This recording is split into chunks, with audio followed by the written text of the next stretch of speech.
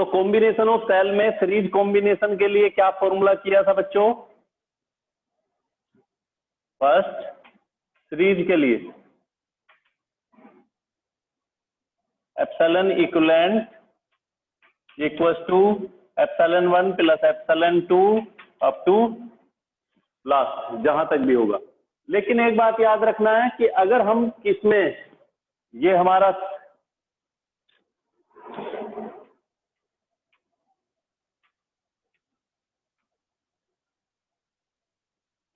इस तरह से, तो इसके लिए क्या होगा, अगर हम पॉजिटिव टर्मिनल में एंटर करते हैं तो σ1 पॉजिटिव साइन के साथ, दूसरे में भी पॉजिटिव टर्मिनल में एंटर करते हैं σ2, लेकिन इसमें नेगेटिव में करते हैं तो -σ3 आएगा, है ना भाई। करंट के अपोजिट डायरेक्शन में चलते हो आप, क्योंकि करंट इस तरह से हो सकता है। एक बच्चा बोले हम तो सर करंट को ऐसे कंसीडर नहीं करते, हम तो ऐसे करेंगे कि पॉजिटिव से निकलता है।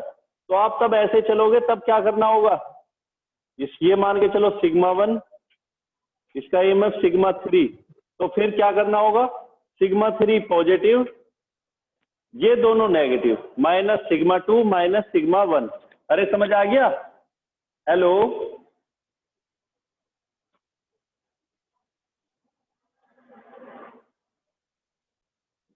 सेकंड आता है पैरेलल कॉम्बिनेशन। पैरेलल कॉम्बिनेशन, और इसके लिए क्या होगा, sigma equivalent equals to σ1 upon R1 σ2 upon R2 up to last जहां तक भी चलते, upon 1 upon R1 plus 1 upon R2 plus up to last. ये याद रखना, इक्विवेलेंट के लिए फॉर्मूला हमारा ये बनता है। सीरीज में तो सीधा सीधा है, सबको प्लस करते चले जाएंगे, लेकिन इसमें σ1 अपॉन R1 इस तरह से चलेगा, और अपॉन में जो हमारा रेजिस्टेंस का होता है पैरेलल वाला फॉर्मूला वो यूज करते हैं, और 1 upon R equivalent equals to 1 upon R1। ये तो सबको पता है कि पैरेलल फॉर्मूला होता है रेजिस्टेंस के लिए, अप टू लास्ट। तो ये हमने कल किया था। अब आगे देखो, यहाँ तो सीधा सीधा किया कि एक ही सीरीज है, एक ही तरह का है कि 2 या 2 से ज्यादा, लेकिन अगर एक चेन फॉर्म में हो, कई सारी हो सेल, और कंडीशन हम देखें कि हमें मैक्सिमम करंट कब मिल सकता है, सीरीज कॉम्बिनेशन में, पैरेलल कॉम्बिनेशन में, या मिक्स्ड ग्रुपिंग, 3 तरह से हम इनको कंबाइन कर सकते हैं। तो किस किस तरह से करेंगे वो देखना है।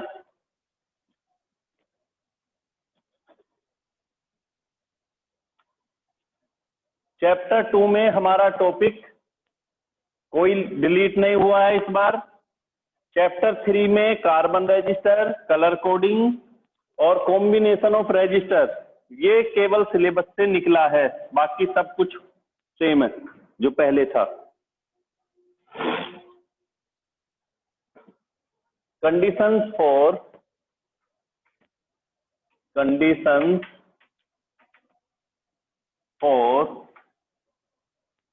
obtaining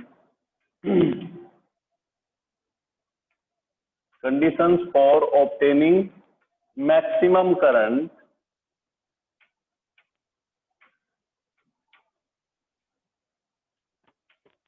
from the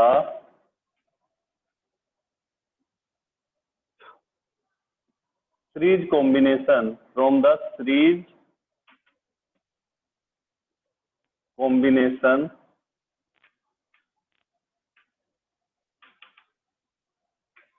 of cells।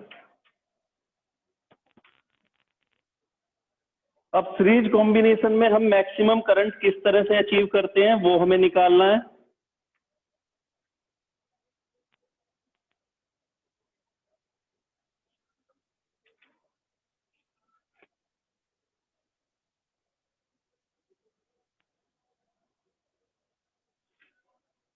तो देखो जरा,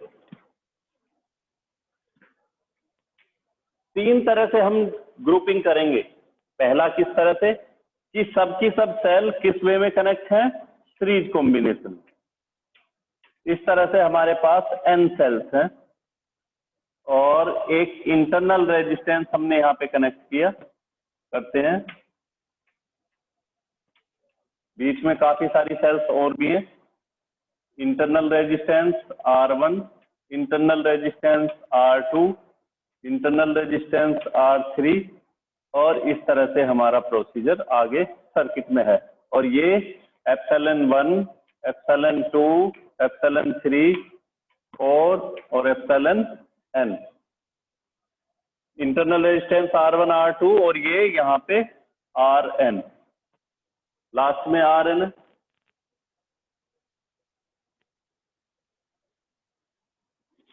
मीन्स कितनी सारी हैं, जो हमारा रेजिस्टेंस है वो कितनी सेल्स का है।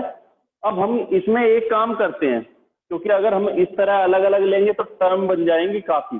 हम करते हैं कि इसमें, हेलो देखो बच्चों, हमने n सेल्स लिए, इस बार कितनी सेल्स लेते हैं, n सेल्स लेते हैं, और सबके ईएमएफ को इक्वल लेंगे और इंटरनल रेजिस्टेंस को इक्वल लोगे, तो सबका जो इंटरनल रेजिस्टेंस है वो सबका R हो जाएगा। और सेल्स कितनी है total, n cells, n cells, सबका ईएमएफ E एप्सिलॉन लिया है ना, इस तरह से। तो n सेल्स होंगी तो टोटल ईएमएफ कितना हो जाएगा, since from figure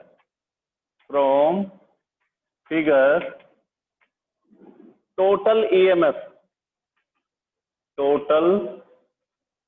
EMF equals to, और उसको मैंने बोल दिया E इक्विवेलेंट इक्वल्स टू कितना होगा, n एप्सिलॉन। देखो 1 2 3 n तक है तो कितना हो जाएगा, n टाइम्स n एप्सिलॉन। जैसे मान के चले रेजिस्टेंस हमारे पास 1 ओम, सेकंड 1 ओम और थर्ड 1 ओम, तो सीरीज में याद होगा प्लस करते हैं तो 1 1 1, टोटल कितना हो जाता है 3।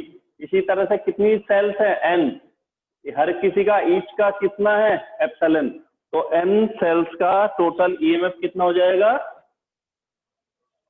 n epsilon. हर किसी का इंटरनल रेजिस्टेंस कितना है R, और एक एक्सटर्नल रेजिस्टेंस हमारा यहाँ पे कैपिटल R, करंट निकलती है यहां से I। Total resistance, total internal resistance, total internal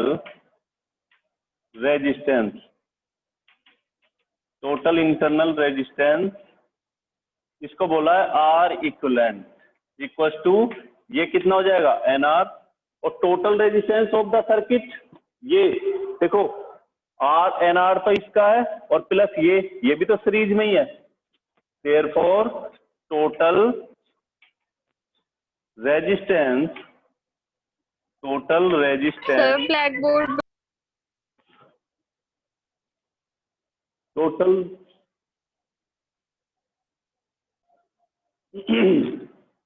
तो देखो R इक्विवेलेंट कितना हो जाएगा NR, क्योंकि इंटरनल रेजिस्टेंस हर किसी सेल का कितना है, each cell has internal resistance R, n cells है तो कितना हो जाएगा NR। Total resistance of the circuit, total का कितना हो जाएगा NR प्लस R, तो current flowing through the circuit,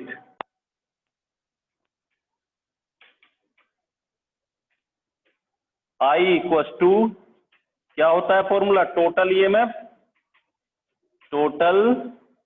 EMF upon total resistance.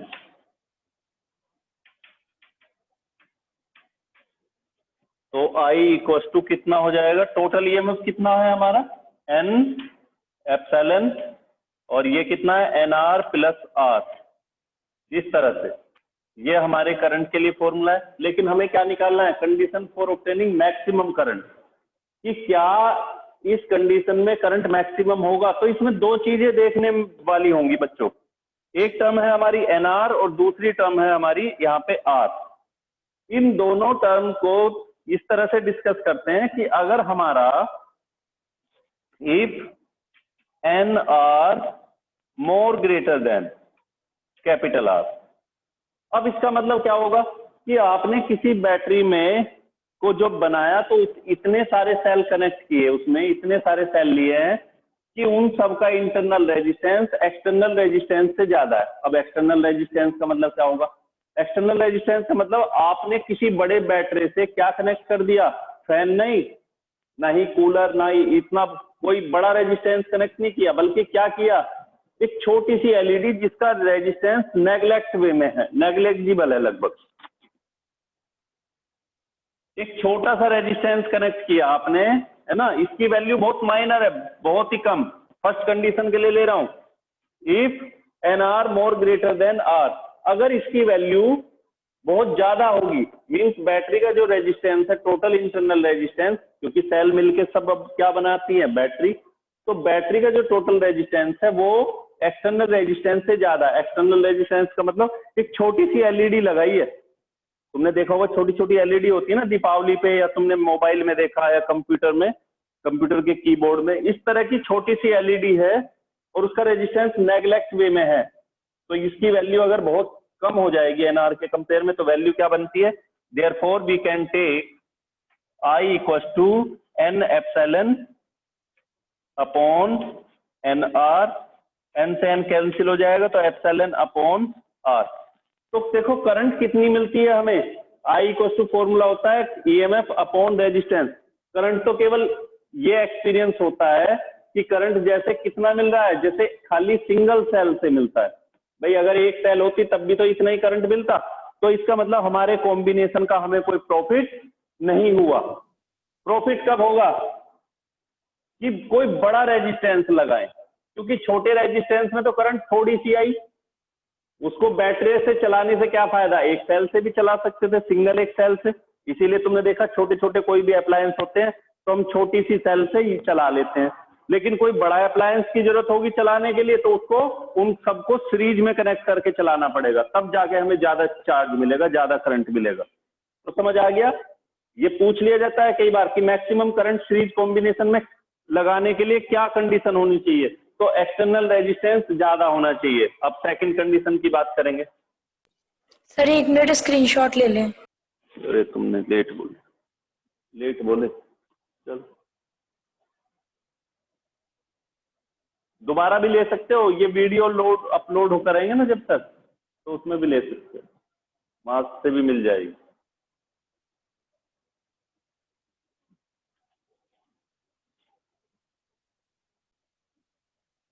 If capital R, if capital R का मतलब क्या है? External resistance. If capital R is more greater than N R, इसका मतलब क्या है? इस बार आपने उस बैटरी से कोई ऐसा अप्लायंस कनेक्ट किया है कि उस बैटरी के इंटरनल रेजिस्टेंस से ज्यादा इस बार एक्सटर्नल रेजिस्टेंस है, जिसके अंदर इस बार ज्यादा करंट को फ्लो कराने के लिए एनर्जी ज्यादा चाहिए, तो इस बार प्रॉफिट होगा। और कैसे होगा देखते हैं।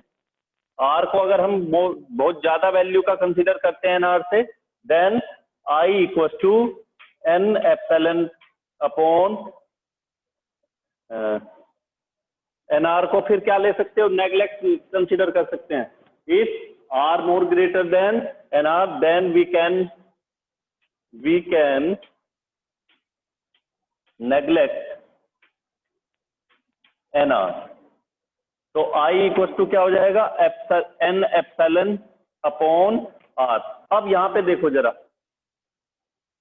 अगर सर्किट में हमारा एक्सटर्नल रेजिस्टेंस बहुत ज्यादा होगा तो ये जो प्लस में वैल्यू थी ये लगभग जीरो तो नहीं, लगभग नेग्लेक्ट कंसीडर कर सकते हैं। जैसे डेसिमल में 1.034, तो इसको छोड़ देते हैं ना, इसी तरह से इसको भी हम नेग्लेक्ट कर सकते हैं। तो कितने टाइम्स वैल्यू आ गई यहाँ पे? n टाइम्स हमारा करंट इंक्रीज हो जाता है। अगर हमारी खाली एक सेल होती जिसकी वैल्यू है क्या? एप्सिलॉन, और यहाँ पे कितनी है? n, तो सीरीज में n सेल कनेक्ट करने से n टाइम्स करंट की वैल्यू इंक्रीज हो जाएगी। अगर खाली 1 होती तो कितना वैल्यू होती? एप्सिलॉन अपॉन r, लेकिन वैल्यू कितनी है सेल्स? n, तो n टाइम्स हमारा करंट इंक्रीज हो जाता है। तो इस सीरीज कॉम्बिनेशन में अगर एक्सटर्नल रेजिस्टेंस ज्यादा होगा तो हमें सेल्स को सीरीज कॉम्बिनेशन में कनेक्ट करने से n टाइम्स करंट ज्यादा मिलती है।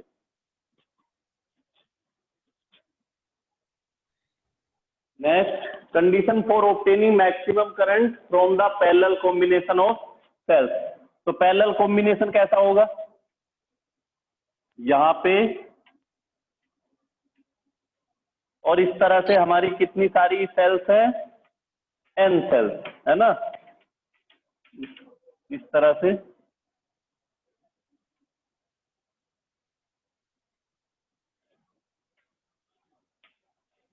n सेल्स,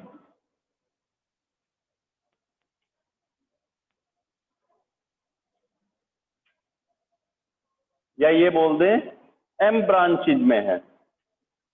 इसको मैंने m बोला है क्योंकि ग्रुप मिक्स ग्रुपिंग में दोनों ही हमें कॉम्बिनेशन अप्लाई करने पड़ेंगे, सीरीज भी और ब्रांच भी। तो इस तरह से m ब्रांच है, 1 2 3 4 ब्रांच होती है 2 पॉइंट्स के बीच का सर्किट, है ना। तो A1 2 3 4 इस तरह से m ब्रांचेज हमने कंसीडर किया, और इसमें कनेक्ट करते हैं क्या, एक्सटर्नल रेजिस्टेंस। ये दिखाई दे रहा है बच्चों, इस तरह से। और यहाँ पे ये R, ये एप्सिलॉन और इंटरनल रेजिस्टेंस R, सभी में R एप्सिलॉन और यहाँ पे एप्सिलॉन और internal resistance R।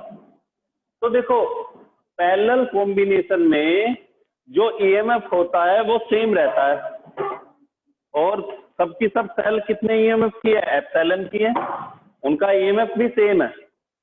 Parallel combination में सभी का ईएमएफ सेम है। अगर सेम नहीं होता तो फॉर्मूला कौन सा है हमारा, वो बता चुका हूं मैं, एप्सिलॉन अपॉन R1 प्लस। देखो अगर पैरेलल कॉम्बिनेशन में सबका सेम नहीं होता तो क्या कौन सा यूज करते हो, epsilon 2 upon R2 upon 1 upon R1 plus 1 upon R2।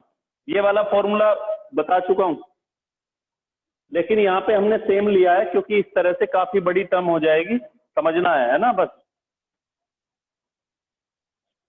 तो कितना हो जाएगा टोटल ईएमएफ, ये सेकंड कंडीशन के लिए टोटल, और सेकंड क्या है, पैरेलल कॉम्बिनेशन। पहली थी सीरीज कॉम्बिनेशन, अब पैरेलल कर रहे हैं और फिर मिक्स करेंगे।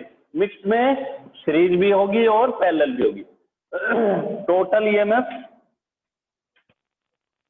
कितना होगा, epsilon equivalent equal to epsilon, क्योंकि पैरेलल में सेम ही रहता है, और क्योंकि इससे हर सेल का each cell has the EMF epsilon. Total resistance पहले इसका निकाल लें, resistance of internal resistance, internal resistance of m branches